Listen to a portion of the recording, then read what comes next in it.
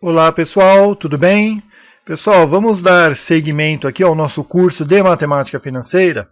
Hoje nós vamos ver capital, taxa e prazo médio, cálculo do montante de uma série de pagamentos iguais a juros simples, né?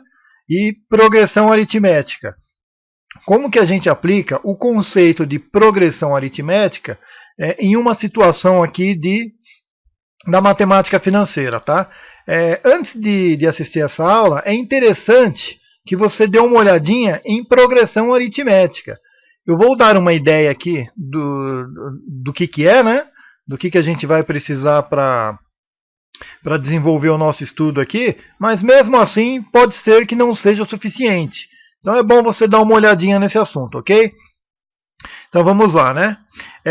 Essa foto que eu coloquei aqui, ó, deixa eu só pegar um apontador aqui para eu poder indicar de uma maneira melhor.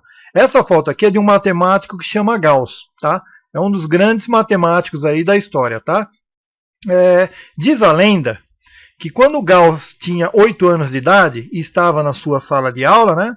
A professora dele, como a sala estava muito bagunçada, o pessoal estava fazendo muita bagunça, a professora resolveu passar uma atividade.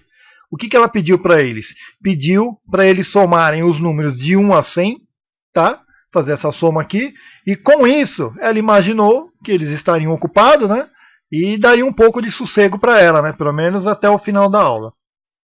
Para surpresa dela, depois que ela deu essa atividade, em 5 minutos o Gauss levantou já com o resultado.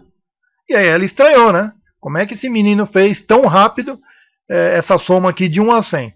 Bom, vamos verificar aqui o raciocínio que o Gauss utilizou naquela época. Percebe, o que ele tem que fazer? Somar 1, mais 2, mais 3, mais 4, mais 5, mais 6, até chegar ao 100. Aí no 100 ele para. O Gauss percebeu o seguinte, ó, que se você pegar o primeiro número, 1, e somar com o último número da sequência, o 100, ó, a soma dá 101. Se ele somar o segundo número com o penúltimo número da sequência, 2 mais 99, dá 101 também. O terceiro número com o antepenúltimo número, ó, também dá 101. E assim sucessivamente. Até ele chegar aqui, ó, no 50 mais 51, que é a metade, né, dá 101. Então ele percebeu que todas essas somas aqui, ó, dão 101. E na verdade ele tem 50 somas dessa para fazer. Ora, então o que ele fez? Ele pegou 50, multiplicou por 101, deu 5.050. Entendeu o raciocínio que ele fez? Ó? Em vez de somar 1 por 1, ó, como ele percebeu esse padrão aqui, então basta ele multiplicar por 50, né, 101 vezes 50, e ele conseguiu achar o resultado dessa soma. Generalizando isso daqui, ó, o que ele fez? Ó? Ele pegou o primeiro termo, né, que é 1 aqui, ó, somou com o último termo, dá 101, ó, tá vendo? Ó? O primeiro, a 1, mais o último aqui, ó. Eu representei por AN, tá? Mas é o primeiro e mais o último termo que significa. Deu 101. E aí ele multiplicou por 50, que é a metade da quantidade de termos. Ó. Tenho 100 termos, tá? Então eu vou ter 50 somas aqui, tá? Então ele vai pegar a quantidade de termos que é 100 e dividir por 2, que é 50, né? Foi o que ele fez aqui, ó. 50 vezes 101. Essa aqui é uma generalização. Na nossa aula a gente vai utilizar esse raciocínio aqui, ó, essa formulinha aqui, quando a gente chegar em progressão aritmética. Deixa eu só explicar o que é uma progressão aritmética. Uma progressão aritmética é mais ou menos o que está aqui, ó, tá? Você vê que eu tenho uma sequência de números, tá? Imagine que esse mais aqui fosse uma vírgula.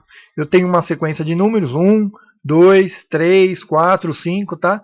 Nessa sequência de números, eu tenho o primeiro número, que a gente chama de primeiro termo, no caso aqui é 1. Eu sempre terei o último termo, no caso aqui é 100.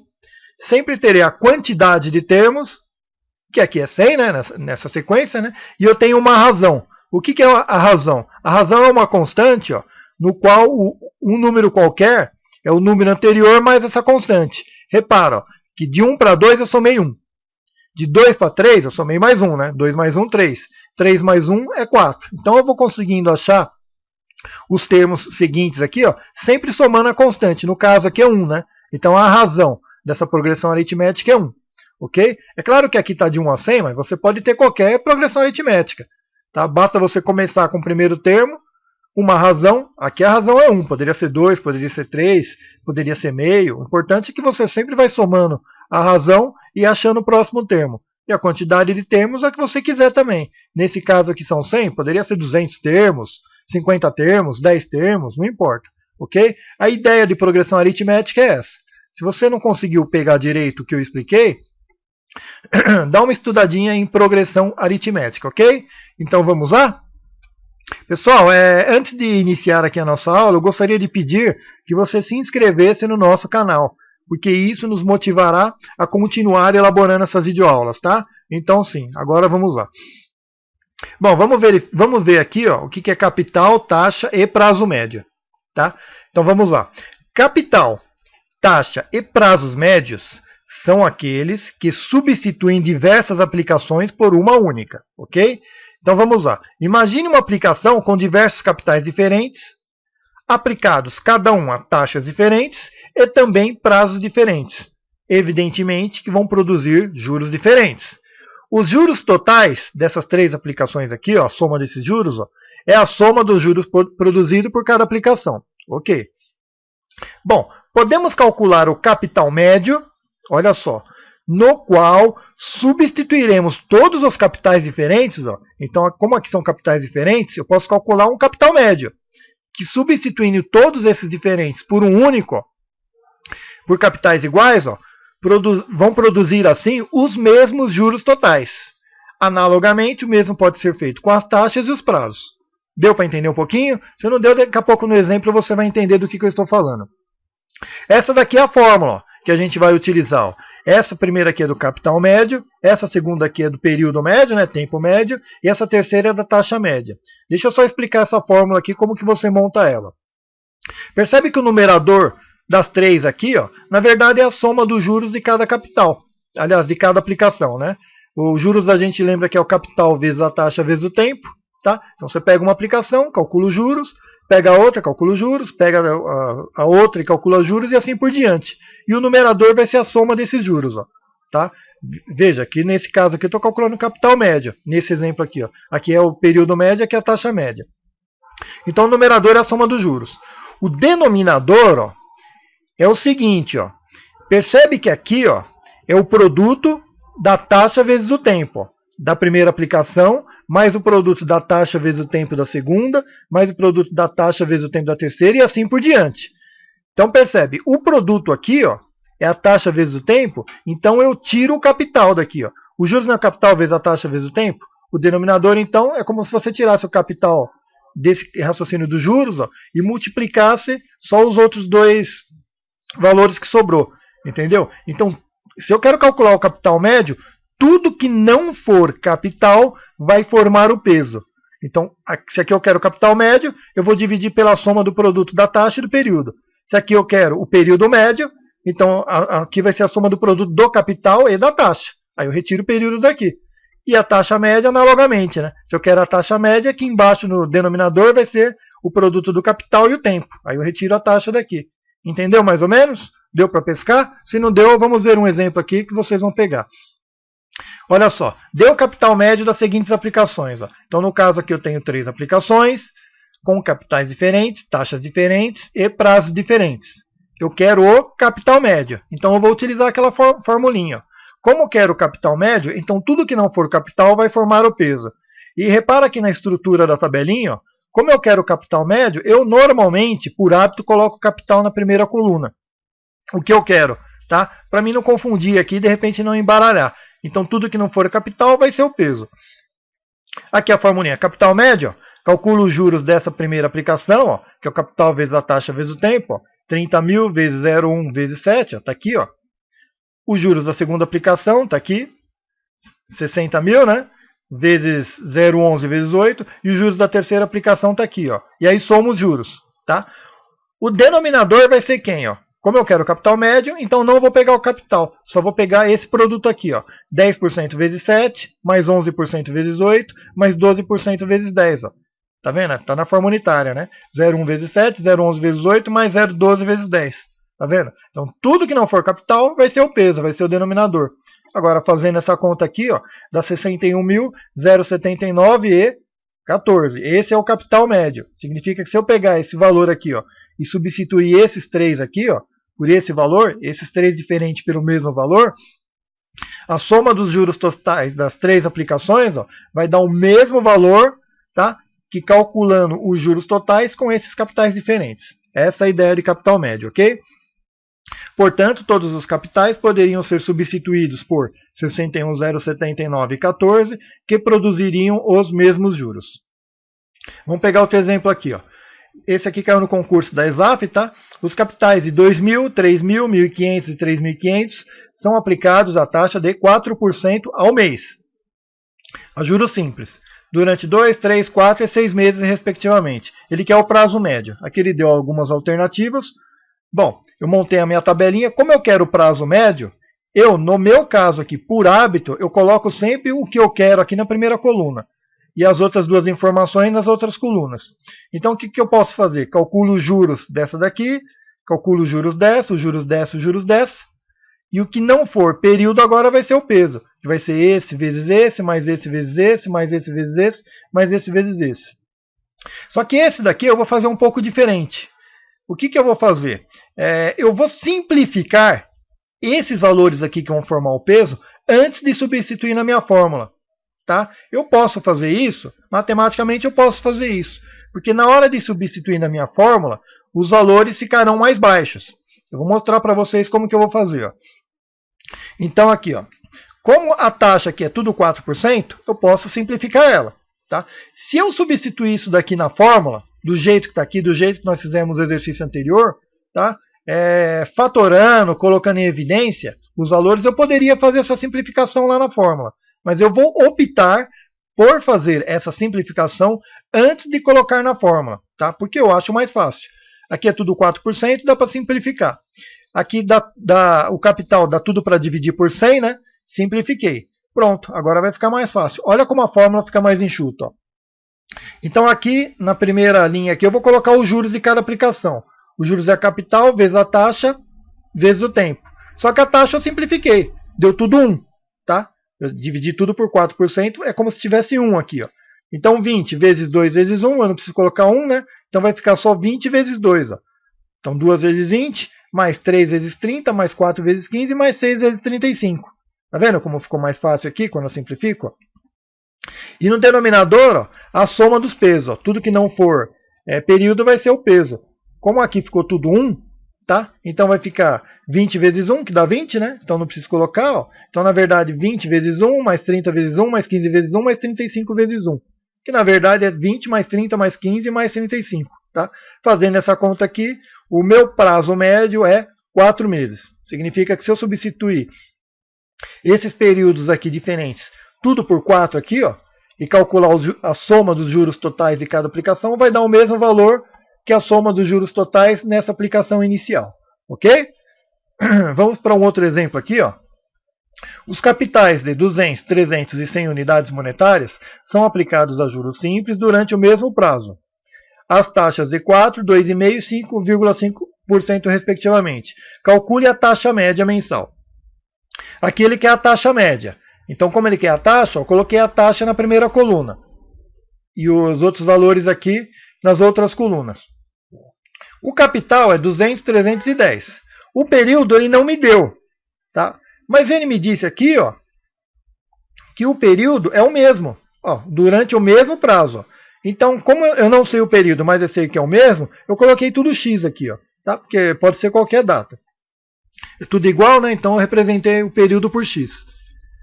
Agora eu vou utilizar aquele artifício. Ó. Eu vou simplificar antes de colocar na fórmula. Como o período é tudo X, eu posso cortar ele. Dividir tudo por X. Aqui dá para dividir tudo por 100. Ó. Dividido por 100 dá 2, dividido por 100 dá 3, dividido por 100 dá 1. Acabou, né, pessoal? Agora eu quero a taxa média. Ó. É 4% vezes 2, mais 2,5% vezes 3, mais 5,5% vezes 1. Está aqui em cima. Ó. E o peso vai ser 2 mais 3 mais 1. Está aqui embaixo. Ó. Fazendo essa continha aqui, dá 3,5% ao mês. Ok? Tranquilo, né? Eu poderia ter utilizado aquele raciocínio inicial. Calculado os juros tudo daqui, ó. capital vezes a taxa vezes o tempo, colocasse aqui, mas no final das contas, se você colocasse em evidência, você iria acabar simplificando esse x aqui, ó, tá? É só você tentar fazer a conta, utilizando a matemática aqui, que você vai ver que no final das contas, se você colocasse os valores da maneira que nós fizemos o primeiro exercício, você iria acabar simplificando, aqui nessa fração zona aqui, né? Você ia acabar simplificando e ia chegar nisso daqui, tá? O que eu fiz aqui foi simplificar antes, tá? Para mim ganhar tempo, ok? Nota, nesse tipo de questão, não é necessário que os prazos e as taxas estejam na mesma unidade, mas sim que os prazos entre si e as taxas entre si estejam na mesma unidade. Quando a gente começou a aprender juros simples, a gente sempre colocava o prazo e a taxa na mesma unidade, lembra? Isso aqui está em mês, isso aqui está em mês, isso aqui está em ano, aqui tem que estar em ano, tá? Nesse caso, especificamente desse tipo de exercício, aliás, acho até que é o único caso que eu conheço, ó, a taxa e o prazo não precisam estar na mesma unidade. Se a taxa tiver ao ano e aqui tiver ao mês, não tem problema, tá? Você pode deixar que no final vai acabar dando na mesma, ok? O importante é que se o prazo aqui está mês, ó, todos os prazos de todas as aplicações têm que estar a mês. O que não pode é esse prazo aqui estar ano e esse aqui a mês. Os prazos entre si têm que estar na mesma unidade e as taxas entre si têm que estar na mesma unidade. Mas não necessariamente taxa e prazo têm que estar na mesma unidade. É o que está dizendo aqui embaixo. Ok? Tranquilo, né? Vamos adiantar aqui, ó. Cálculo do montante de uma série de pagamentos iguais. Então vamos lá. Quando temos uma operação financeira no regime de juros simples, tá? Estamos no ambiente de juros simples ainda. Bom, quando temos uma operação financeira no regime de juros simples que envolve vários depósitos iguais e consecutivos, tá? Mensais, bimestrais, trimestrais, etc., como procederemos para calcular o montante desses depósitos numa data futura? Bom, se existirem muitos depósitos, seria algo muito trabalhoso e demorado aplicarmos as equações dos juros simples para obter o montante de cada um deles individualmente. Aprenderemos por meio de um exemplo resolvido uma maneira prática e rápida de resolver esse tipo de problema. Então vamos lá. Vamos pegar esse exemplo aqui, para a gente entender o que esse texto inicial aqui quis dizer. Ó. Perceba, um comerciante ele efetua 10 depósitos mensais iguais de 500 cada. Então ele efetuou 10 depósitos de 500 por mês. Tá? Uma taxa de juros de 2% ao mês, ele quer que calcule os montantes dos depósitos nessas datas aqui. Ó. 5 meses após o último depósito, 2 meses após o último e na data do último depósito.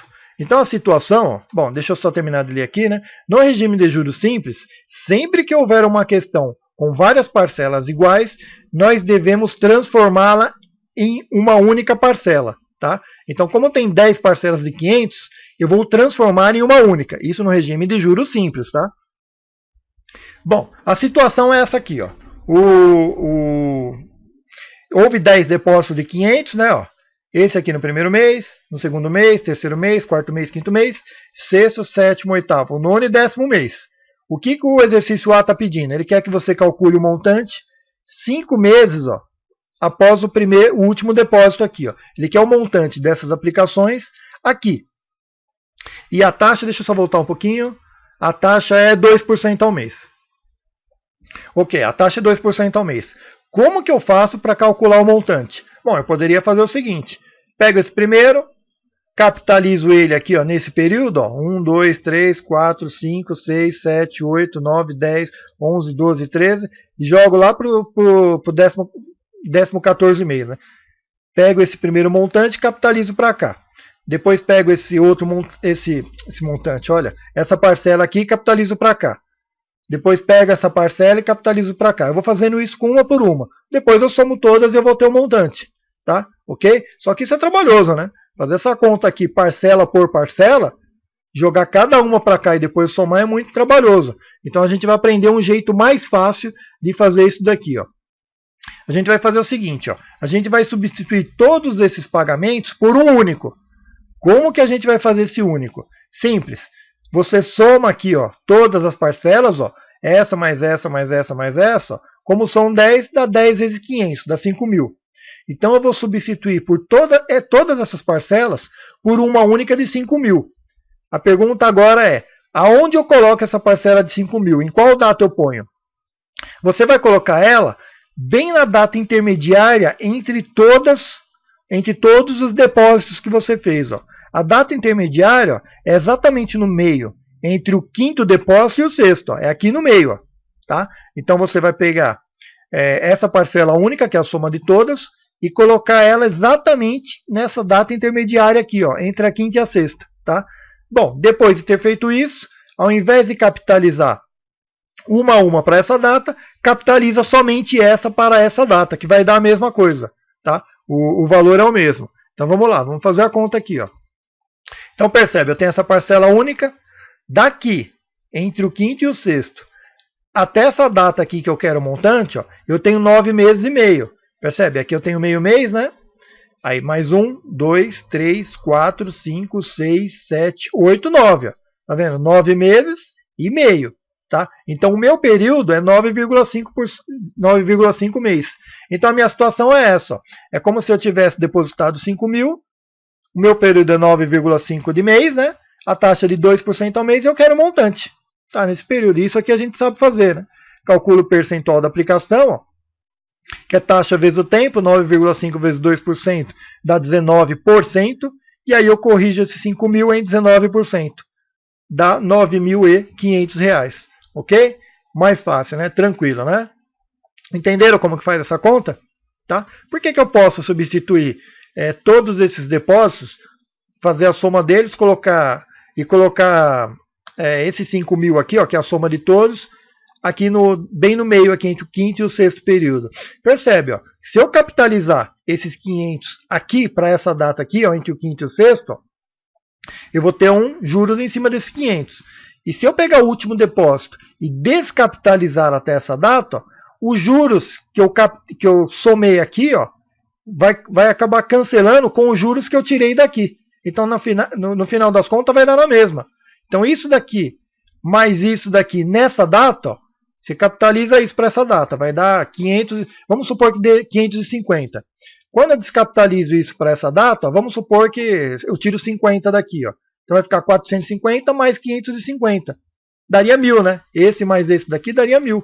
Entendeu? Um acaba compensando o outro. Então, esse compensa esse aqui, penúltimo, compensa o segundo, esse terceiro compensa o antepenúltimo, esse compensa esse daqui, ó.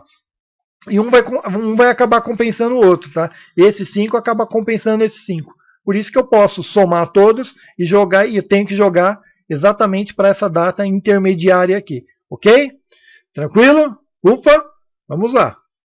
Vamos fazer o B agora. O B eu quero 2 meses após o último depósito. Então eu quero fazer a mesma coisa, só que em vez de 5 meses, 2 meses. Nessa data aqui, ó. O último está aqui, ó. Primeiro mês, segundo mês.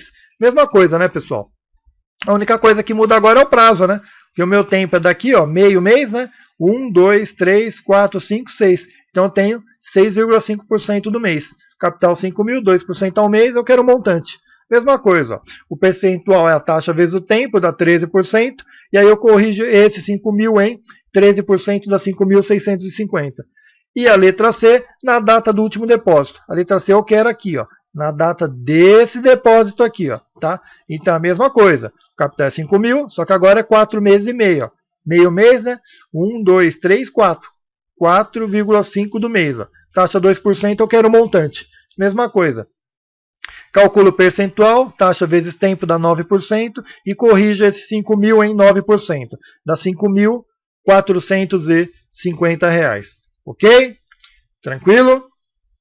Ok, vamos continuar. Progressão aritmética. Essa daqui é a última aula do dia.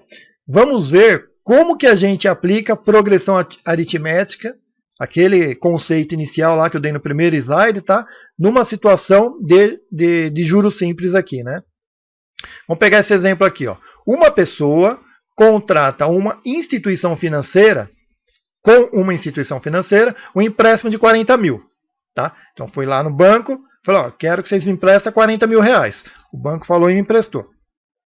E assume o compromisso de pagar em 100 prestações. Então eu vou pegar esses 40 mil e falar, ó, 100 prestações eu te pago, com uma taxa de juros de 2% ao mês. Então, no primeiro mês eu pago uma prestação, no outro mês eu pago outra prestação e assim por diante. Ele quer saber qual o valor total dos pagamentos, se eles devem ocorrer no final de cada mês a partir do primeiro. Pessoal, percebe uma coisa. Ó. Se não fossem cobrados juros, se eu não tivesse 2% de juros aqui, ó, as minhas prestações seriam todas de R$400, concorda? Era só pegar 40 mil, como são 100 prestações, divido por 100 e dá R$400. Tá? Então, evidentemente, 400 vezes 100 dá 40 mil. Né? Então, o total dos meus pagamentos seria 40 mil mesmo. Ok? Se não tivesse juros. O problema é que eu tenho juros. Tá? Então, eu vou pagar sempre com uma correção de 2% ao mês. A juros simples. Então, a situação é a seguinte. Ó. No primeiro mês, eu vou pagar 400 e mais um juros de 2% sobre esses 400 aqui, que é juros simples, é sempre sobre o capital inicial. Então, eu vou pagar 400 mais 2% desses 400. Ó. Como o período aqui é 1, ó, então o que eu faço? Ó? Eu calculo o percentual da aplicação ou eu posso usar aquela formulinha de juros simples. Ó. Capital vezes a taxa vezes o tempo. Como o período é 1, né? Então, os juros aqui, ó, no primeiro mês de 2% de 400 dá R$8. Então, eu vou pegar 400 mais R$8, que é o resultado disso. Ó, dá 408. Esta é a minha primeira prestação.